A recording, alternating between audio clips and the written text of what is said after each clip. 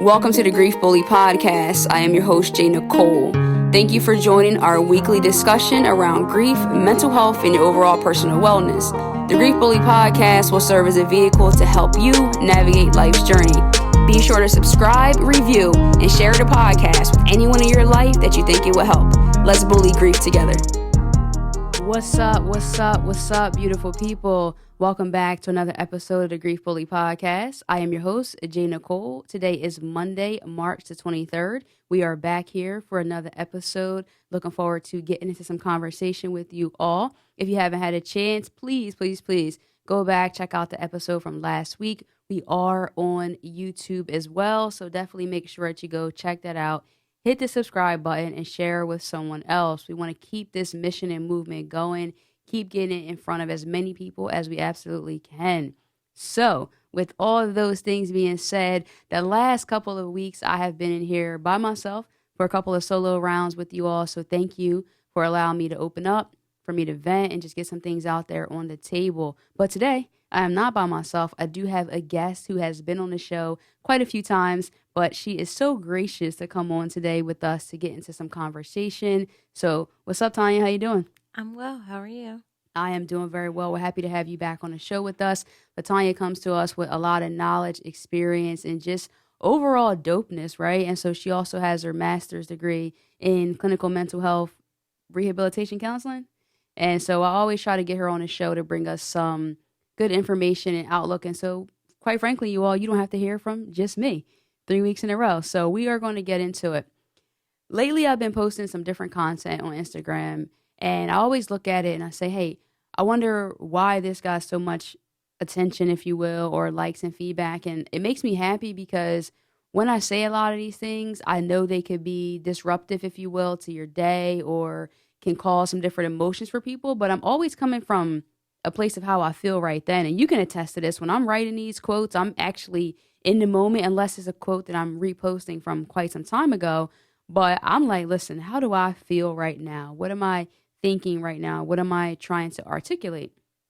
And so more recently, I had a post that I put on Instagram, and it caught a lot. And that one was, I didn't know that the last time I talked to you would be the last time that I would talk to you. And so with that being said, I wanted to get into that a little bit more. I had a DM maybe 2 weeks or so ago where someone was asking me to elaborate on one of my posts, one of my quotes. And I'm like, you know what? That'd be dope to have a video after I post it. And I thought today, hey, you know what? Let's take that a step further and let's elaborate on that here on the podcast. We were going to get into some Grief Bully Journal questions, but I think we're going to just ride out with this and see where it takes us. What do you think? Okay. All right. Okay. Yeah. You game? Sounds good. All right. So what are you thinking? I'm thinking this. When I made that quote, I said something that I thought was so real, because a lot of times when we look back at our life and just the interactions that we've had with people and not knowing that those times could be our last time. And I think that sometimes you could think, well, maybe that's overkill to think like that, to think like, oh, the last time I saw you, this might be the last time, and become panic. But I think I was trying in that post to explain the thought to maybe take that approach to your life and to your interactions, just to consider it, not to be extreme with it, because sometimes you are going to have disagreements with people, and sometimes you're not going to want to be in certain people's company. But what did it say to you? Yeah, I think that on the other end of it being more extreme, that takes us away from being mindful, in the moment, mindful living. So being too extreme, like you're saying, like thinking about that every single time you talk to someone can really probably drive you crazy. For sure. But in hindsight, when, like, I'm sure what you meant by the post was, looking back, you didn't know that was going to be the last time.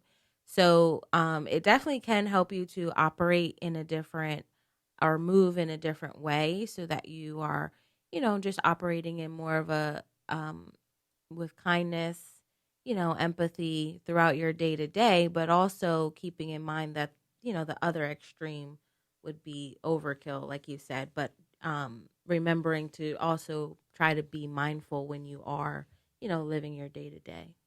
No, I definitely agree with that. Definitely want to be mindful, want to encourage people to do that. And another thing that I think it brings up for me is that change is the only constant, Mm-hmm. right? And I mean, I can say the only, but change is definitely a constant, and that you can never be too comfortable Right. with how things currently are. And I mean, of course, with everything going on in the world right now, and I don't even want to give that too much of our energy here on the episode, but just to keep that mindset of knowing that things are going to change. So we have to be flexible, and we also have to not take things for granted. Right. Would you say that you've ever taken anything for granted, or a situation where you're looking back like, man, I wish I would have done things differently, or anything like that, just Oh, in for regard? sure. Well, in regards to grief. Well, in regards to Um, grief or just loss yeah, anyway. so I think I think I've talked about this before. My cousin died by suicide. And the last time that I talked to him was at my grandmother's funeral. So he committed suicide about 2 weeks after her funeral. So that last time I spoke to him, we had exchanged new numbers because he had a new number. So we exchanged new numbers. We were going to get together or, talk, and we never did. So I held a lot over my heart when he passed away, a lot of guilt and, I wish I did this or I wish I did that. So that was really difficult in that regard. I can definitely see where that can be difficult.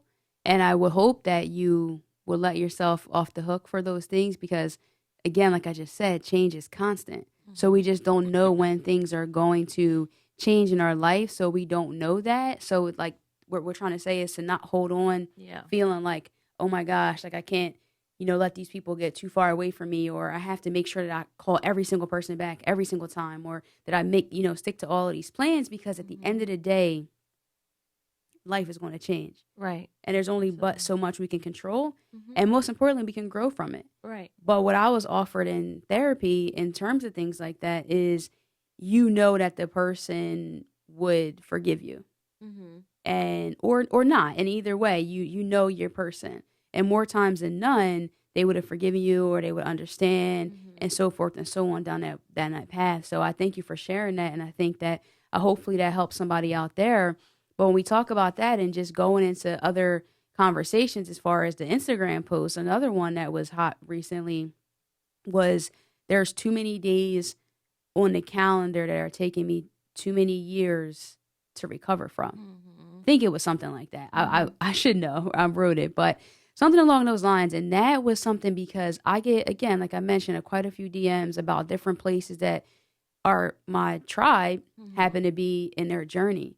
And recently I was speaking with someone and they were talking about how they lost a parent a long time ago, but are still kind of trying to become unstuck and work through that. In addition to that, I had another conversation where someone actually maybe on the same post or on another post about losing their mother a year ago, being a therapist that helps people, Mhm. but still not being able to get out of bed and function on a lot of days. So I Mhm. say all that to say no one's exempt here, and there's no blueprint, but the recovery process of going through those things, whether it's the last time I talked to you was the last time, whether it's so Right. many days and all of these posts that I put through, I want to talk about that for a second. Is just that recovery process and period and what that can look like and some of the things that we can do to help navigate through that. I think especially people in the helping field, like the therapist you were just mentioning, I think we excuse me, we are very hard on ourselves because we are so used to helping people get out of places where they feel stuck or they're not doing well. So then when it's us on the reverse end, we don't really practice that much self-compassion to ourselves. So we find ourselves stuck in the same places that I'm able to help, for example, you get out of, but I can't help myself get out of. So I think it's really difficult. That just made me think of that because you said it was a therapist who said that. So I have personally had similar feelings. For sure. I think one thing you talked about there, I would like you to elaborate, or we can talk about together, is self compassion. Mm-hmm. I think it's something that so many of us lack. Yeah. Like, how do you even be self-compassionate when your entire life you've had to fight trauma, deal with this, deal with that, and you had to get through? There was no other option, and there was not a blueprint on how to get through and how to do this in a healthy manner. So how do you even begin to usher more self-compassion into your life when it comes to your grief journey or just your journey of life itself? Well, I think for starters, it starts primarily with our self talk because we're our biggest critics, and talking what we say to ourselves sticks with us. But I do have a resource. If you go to selfcompassion.org, I believe it is. There's a whole article about self compassion, and then there's also a quiz that you can take to rate your self compassion. And I'm gonna be fully honest and disclose, I did not Oh, did you rate. fail? I did not score that greatly. Yeah. With my self compassion. There's different breakdowns, and one was judgment, and a few other things that were over there. But really, personally for me, my self talk game is not strong. To the basement, huh? Yeah, so that's something that I'm working on. Again, being in have studied in the helping field and counseling and all that stuff, we're not exempt to, all of the worldly targets and. For sure. I mean, I think it goes along the lines too. Well, one, we are going to definitely drop that link if we can get that into the show notes. I would love for you to take the self-compassion test, a quiz, and let us know. Shoot us a DM. Let me know. Yes. Shoot me a DM and let me know how you rated and where you score. But read about it first. I think the most important thing is to read about self-compassion and ways in which you could see how you do well or how you don't, and then take the quiz. Yeah, definitely. I think that would be great because I was thinking about this too. And I think about a lot of things, I guess, right? But you can like my posts or anyone else's posts on Instagram, the quotes, the videos. You can love all of these things up and down, right? But if we're not taking action to get to the next place in our healing, what does it really matter? It's pointless. And it's pointless. But I also understand, how do we do that if we don't have these blueprints? So things like that, selfcompassion.org, things like hopefully this podcast, things like the Grief Bully Journal, or just different things that can help you. But I feel like this episode is turning into a domino effect, like all these domino pieces of things that I've been thinking about in my head and things that I've put out there on social media or on a podcast are all coming together. But again, another thing is time alone will heal nothing. Mm-hmm. So if we don't take the necessary steps to get better, and I think that could start with a vision of what better could look like. Because my better and your better could be two totally different things. Right. For me, better could be just getting dressed and getting out of the bed. Mm-hmm. For someone else, better could be having a conversation with someone that they had so much anger towards that they couldn't even speak to them. So that's another thing, is being conscious of measuring yourself against someone else. Because you used to talk to me about that before, is that someone's day 365 in grief could be someone's day one, right? I had a conversation with a young lady the other day. Her mother actually hasn't even been buried yet. And so for me, I'm like, whoa, a lot of my conversation and feedback that I offer has to do with more time passing at that moment. But it was like, okay, this is real. This is the challenge. This is where people are. So although I'm here, I've got to be mindful and conscious of the advice that I'm giving at where I was at day one. Mm-hmm. And so being able to be flexible in your journey and understanding that on my end is very beneficial, but also on the other end and my end as well, because I've been in places where I see people and I'm like, whoa, that's how they're handling that? That's dope. Like, how did you do that? Please share, because I'm over here still struggling. Mm-hmm. Do you think that even though you get to that day 365 and you seem to be just humming along well, could you have a day one moment? Oh, of course. Of course.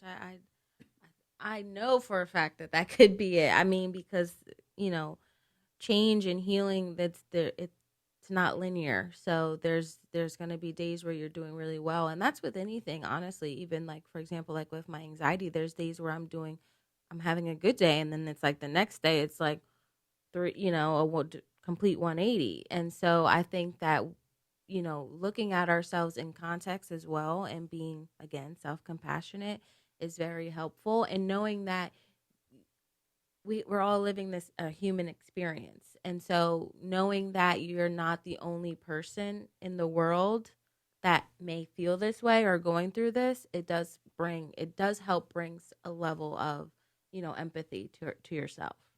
No, that's dope. And I think that's what we're trying to do here is just build community Mm-hmm. and being open. And to think through that is not just community, but a communicating community. Right. So one in which we openly express and verbally communicate our feelings and just where we are in our journeys is going to be very, very helpful. Mm-hmm. So when you talk about anxiety, that's something that, again, this is what I want to say. I personally don't struggle with it in the way that I see you struggle with it, but I do also struggle with anxiety. Mm-hmm. So I think that they don't have to look the same Right. to be similar. But I also think that when we talk about self compassion, we got to look at empathy Mm-hmm. because a person who is struggling with self compassion or struggling with their own individual journey, I think that they're personally strengthened by it coming in contact with someone who is empathetic. Mm-hmm. What do you think about that? And what's the differences between, well, I was going to say sympathy and empathy, but I meant being self compassionate or being compassionate and then being empathetic to someone. Well, I think compassion is something that people have, but empathy is something that you can also learn. You can learn to be more empathetic. Really? Yeah, I didn't know. So, Well, okay. yeah, I think that there's a level of I just lost my train of thought. So we're just talking about sympathy and empathy being able to be learned. So empathy, you're able, if you go through something and you can relate to someone else, that's being empathetic. It's different between I'm sorry for you, I'm sorry you're going through this, versus I've been through something similar. I'm here for you. I can relate to that in some. So there's power in the verbiage. There's Right. power in the way in which Right. you express that. So how would someone learn though? Well, exactly. When you go through life Through your experience, experience, yeah, gotcha. through life experiences and through people sharing and being open and talking about certain things, you're able to kind of, relate on that level. Okay, so that makes sense there. Definitely giving us the opportunity to be able to learn through our experience. And that's why I think there's such power in testimony. Because I also believe, what's the point of me going through all of this if I'm not going to share it for the next person? And I get it. A lot of us are guarded, private, because I'm well aware that not a lot of people are an extrovert. I am an extreme extrovert. Yeah. So I am aware that there are introverted people and people who are just private and not as public or willing to express.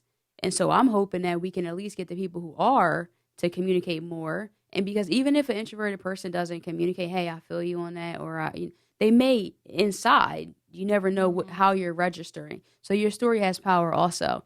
We've talked about a lot of different things here. I don't even remember exactly where we started. I think I do. We started with the Instagram post about not knowing that the last time would be the last time. And then we went into the too many days on a calendar that are taking me years to recover from. So if you're out there and you are getting mad at yourself or you're disappointed or frustrated, like, yo, why am I still here? Like, I want to feel better. I want to be better. You have to understand that things do take time, but you do have to take action. And maybe you don't really have a clear plan, but seeing yourself out of it and knowing, I think having hope alone is so powerful. So if you have not given up yet, although you don't feel yourself moving, the simple fact that you are still in the game is worth you are dope. Right? Because you can feel like that, where it's like, man, that's with anything. I'm still here. It could be in your marriage, your job, wherever you're at. You're just like, this is crazy. Like, why am I not here? But if you can even just have the hope to understand that it's possible for you to get there, I think that really is like a bridge in that moment. Because think, oh man, metaphorically, if I am standing in the middle of the ocean or if I'm on the bridge, it's two different things. So if I'm in the water, I could be drowning, treading water, and it could be a worse circumstance than me to be on the bridge. Yeah, I might be on this side of it, and I didn't get to that side of it, but I know that I can get to that side. And because I'm on this bridge versus just allowing myself to wallow in the water, that's a whole different thing. Does that make sense? Because that just came off the top, and I don't even know if what I just expressed made sense. Can you recap that? Because Yeah, that makes sense. Basically, you're saying, having hope is the bridge to get to where you want to be, or where you want to feel healed from. Now, how does someone find hope? I'm asking that to myself as well. I because this is the thing. I don't want to have a podcast or a social media platform or a relationship with somebody where I'm just talking things and I'm not helping you to even understand how you even move or how you even accomplish these things. How do I get more hope into my life? I can offer you this as to how I get more hope in my life. I'm faith based. So I have chosen, well, actually, when I was young, guys, I didn't choose. My mom made me get baptized and go to church every time that it was open. But I have, beyond church, I have a belief in something greater than myself. And I have a belief in God. And although I'm still navigating the Bible and still navigating where I am with organized religion and all those things, I am a believer in something greater than myself, and I choose to call that God to my understanding. And so that for me has given me hope, because I'm like, okay, I know personally for myself, I don't have in me what it takes to just get through these moments. So having that, and also I have gotten hope from other people. So even my mom, just shout out to her. She has been through so much hell.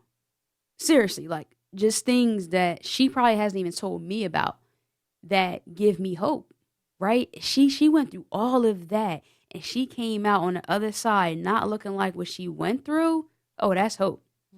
You feel me? Like I always told her before, listen, if you didn't do anything else for me, the fact that you found the Lord and then you offered that to our lives, whether we choose to take it all the way in which you give it or just choose to take it all, period, you put that there for us. So then you gave me opportunity to have hope. So what about you? How do you think someone could find hope, or how do you find hope? Well, a combination. Unless you're hopeless. No, not today. No. Not today, right? Yeah. So a combination of a higher power, which I believe to be is God as well, and also thinking about when things for me were good. So knowing that I've gotten through something similar or something worse before, knowing that there's hope that I will get through this again, is helpful for me as well. So do you think pretty much, I feel like what you said was this too shall pass? Could be something. And I've heard a lot of that, especially right now with everything that we're going through in the world, that this too shall pass can work for people who I think choose to see the possibility that things in their life have changed. Because I think some people are jaded to the point where my whole life has been like this. My whole life, never, forever. Like those words that are just so, I think, can cause you to be in a trap. So in like a snare mindset, where it's like you don't even, hold on. First of all, do you remember? And so sometimes I think you have to be that person in somebody's life that shows them, even if you got to get old school with it and bring out paper and do a pros and cons list and say, hey, listen, this is where you were in 2000, whatever. This is where you are now. I know you cannot see it because you might feel overwhelmed and so beat up by life that you don't have that hope. Your hope meter is low right now. You're deficient. But I came here to tell you, you have come far. Right. And sometimes that far doesn't seem like much, but it is. And I'm telling you, one of your favorite songs you like to listen to is You Gotta Encourage Yourself. That's my favorite song. Sing it. You have to encourage yourself. You have to speak life. And as we wrap up this episode, I really want that. I want us to speak life. I personally am guilty this week, because of everything that's going on in the world, of speaking more death over myself and my circumstance than life. And I plead the blood, and I am not going to allow that to be the case. And I don't want that for you. If you're out there listening, I want you to understand that you have the power to choose what you believe and what you allow yourself to think in any circumstances you're going through. Whatever it is, maybe it's the death of a loss of a loved one. Maybe it's the loss of your job. Maybe it's the uncertainty right now of the economy or your job or your health or fear or whatever it is. What you believe is how you are going to behave. And so I want to challenge you to say to yourself, well, what's my thought life like? Where am I at right now? And is that conducive to where I'm trying to go? What is my thought life like? And is that conducive to where I'm trying to go? What do you think about that Yeah, as we just start to like I trail told you off the other here? day, that you got to ask yourself questions that make you better, not keep you stuck in the same place, you know? So, like, asking yourself, well, what did I do today to help someone, you know? And even so, and even finding hope in that, like, if you're able to help someone else, you can find, you know, that little piece of something there, you know, helping someone else or volunteering or, you know, I mean, maybe not right now. Maybe not right now, but um maybe eventually. Yeah, we can always find ways. So I definitely appreciate that, and I'm looking forward to continue to grow with you all. I'm always thankful for you tuning into the show. I do want to jump into our inspirational boost, which is brought to us by our sponsors, Adina J Designs. They make, create, and inspire us to decorate apparel, wood signs, these fire custom tumblers they've got going on. I definitely want to encourage you to check them out at Adina J Designs, ADENA JAYDESIGNS on Instagram. Let them know I sent you. You might get a discount. I always say that, but I don't know. You might. So this week, our inspirational boost is one of the hardest things you will ever have to do, my dear, is to grieve the loss of a person who is still alive. I'm not even going to touch that. We might start next week's episode going into that because that is truly a mouthful, a earful, a heartful. It's a lot, but definitely appreciate sharing that appreciate the opportunity to share that with you all. And listen, I don't have a specific person today for our 11 Memories segment. I just want to send my condolences out to everyone that has been lost due to what we're going through in the world. I don't even want to speak the name of what it is, but there have been a lot of lives lost. And that's something that when this all started became very heavy on my spirit, was the amount of grief that people were going to have to go through. I've heard of a family in New Jersey alone where 4 people in the same family were lost to this pandemic that we're going through right now. And I just wanted to do that. I didn't want to do one single person That's today. beautiful. I wanted to send that out to the world. We're talking China, Italy, United States, everywhere. There is someone's heart that's been broken because of this. So whatever your thoughts and belief is on it and whatever feelings, understand that people are still having to bury people and live their lives after this. And not even just that, but it's something that happened that's going to even heighten the memories as life does go on.